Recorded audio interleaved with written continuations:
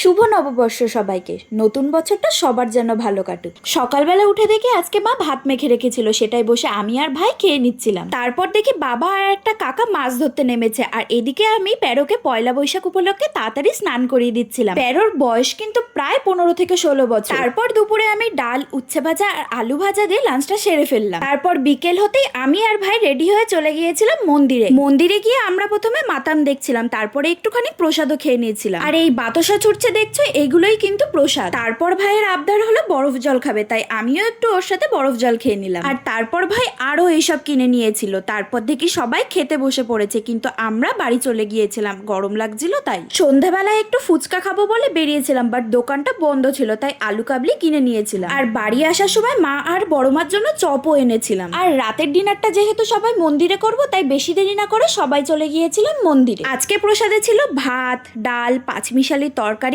আলুর দম, চাটনি, কিন্তু চাটনিটা শেষ হয়ে গেছিল। আসলে আমাদের যেতে একটু দেরি হয়ে গেছিল। তারপর সবাই মন্দিরে বসে একটু গল্প করে বাড়ি চলে গিয়েছিলাম। আজকের জন্য এইটুকুই। দেখা হবে পরের একটা মিনি ব্লগে।